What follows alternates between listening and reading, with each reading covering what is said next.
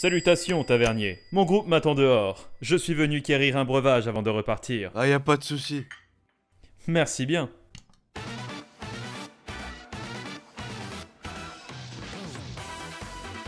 Bienvenue chez Luigi.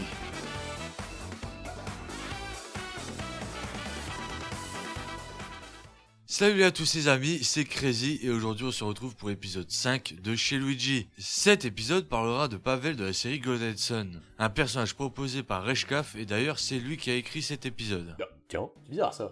J'aurais juré entendre mon nom. Pavel, appelé Félix dans la version anglaise et Garcia dans la version japonaise, est un antagoniste du premier Golden Sun, avant de devenir le protagoniste du second opus. Mais assez perdu de temps, il est temps de le présenter. Lors du prologue de Golden Sun, il semble mourir écrasé par un énorme rocher lors de la tempête qui frappe son village natal. 3 ans passent et il revient, portant un masque et accompagnant 2 étrangers aux sombres motivations, nommés Salamandar et Phoenixia. Afin d'obtenir ce qu'il cherche, ces derniers le forcent à révéler son identité au groupe du joueur, commandé par Vlad, afin d'obtenir satisfaction car en face se trouve sa jeune sœur Lina. Cependant, bien qu'accompagnant les antagonistes du premier volume de la série, il n'est jamais directement affronté.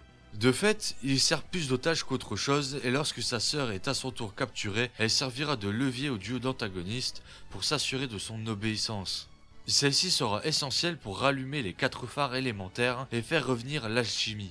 Puissance bannie depuis bien longtemps dans leur monde nommé Weyard. Passons à présent au second opus. Nous nous retrouvons directement à la fin du premier jeu dans un de ces fameux phares élémentaires que le groupe de Vlad essaye de garder éteint, celui de Vénus lié à la Terre. Alors que l'équipe du premier jeu se bat au sommet, Pavel ordonne à sa sœur de sortir du phare en compagnie d'un autre otage pendant qu'il va lui-même rejoindre le combat.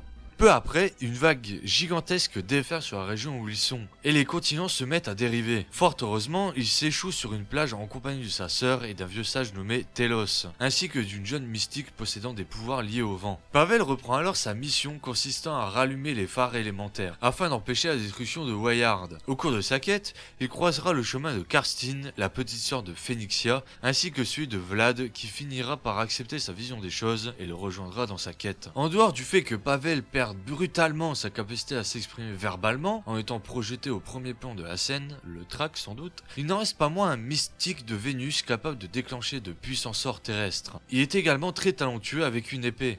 Sur le plan physique, Pavel est un jeune homme de 17-18 ans dont la taille n'est pas réellement définissable. Il porte des vêtements dont le code couleur est principalement le vert, bien qu'entre 2 jeux, sa cape vire au bleu. Sur le plan de sa personnalité, Pavel est un homme taciturne dont la seule préoccupation est la sécurité de sa sœur, ce qui le forcera à obéir à Salamandar et Phoenixia.